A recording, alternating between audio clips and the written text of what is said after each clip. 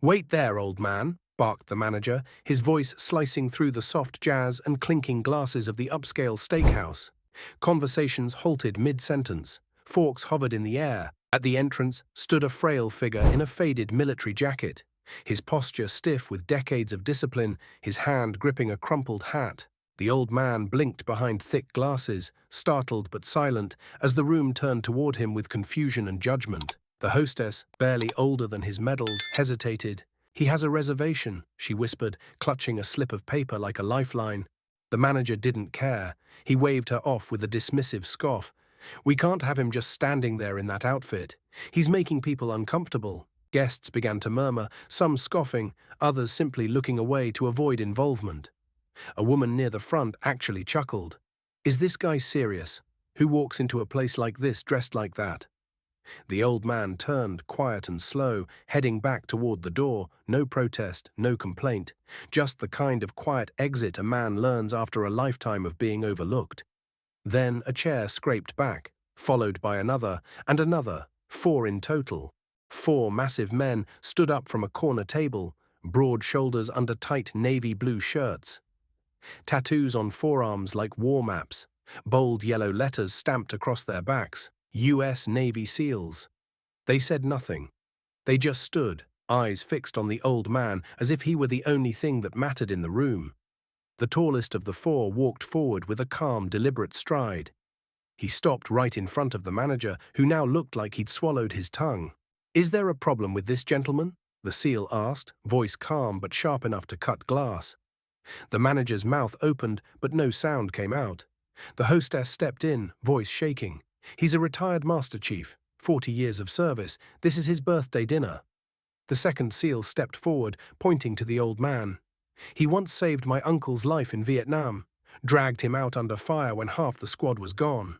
He's a legend." The third added, "He trained the men who trained us. He is the reason we're standing here. You don't get to treat him like he's no one." The youngest SEAL didn't say a word. He simply walked over, pulled out a chair, and looked the old man in the eyes. "Sir, it would be our honor if you sat with us tonight."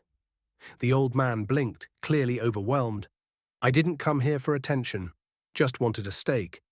First birthday without my wife. Thought it might help." His voice cracked. The room went still again, but this time in reverence. A waitress wiped at her eyes as she stepped forward. "Sit wherever you want, sir. Dinner's on me." At that moment, the temperature in the room shifted. Guests who had turned away now stared in silent shame. A man stood and started clapping. A woman near the window followed, and then the entire dining room erupted in applause, not for the SEALs, but for the man who had once led men like them. Flashbacks haunted the silence, a younger version of the same man crawling through thick jungle, bullets screaming overhead, dragging 2 wounded soldiers toward a medevac chopper. He was called Ironback then, a man feared by enemies and honored by allies. He never left a man behind. Now, in a steakhouse filled with civilians, it was the world that nearly left him behind. As he was guided to the table, one of the SEALs reached into his pocket and laid something next to the old man's plate. A Navy Challenge coin, the ultimate token of respect. The manager stammered out an apology, cheeks red, hands trembling. "I didn't realize who he was." The SEAL didn't flinch. "That's the problem. You didn't ask." Dinner was more than a meal that night. The old man laughed for the first time in months. He told stories, shared memories. Talked about his late wife and how he once proposed to her using an MRE gum wrapper as a ring. He recounted how he'd write letters home for soldiers who couldn't hold a pen anymore. And when dessert came, a single candle flickering in a brownie sundae, the entire restaurant joined in singing happy birthday. The old man who had entered the restaurant invisible left it as a giant, a living monument of sacrifice, courage, and quiet strength. As the SEALs walked him out into the night, one of them stood at attention and saluted. Not because he had to, but because honor demanded it. Sometimes heroes don't wear capes. Sometimes they wear wrinkles, walk with a limp, and show up alone just trying to remember what it felt like to be seen.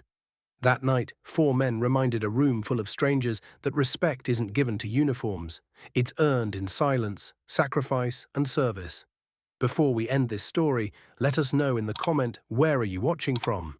If this story touched you, subscribe to the channel and hit that like button and drop a karma in the comments below.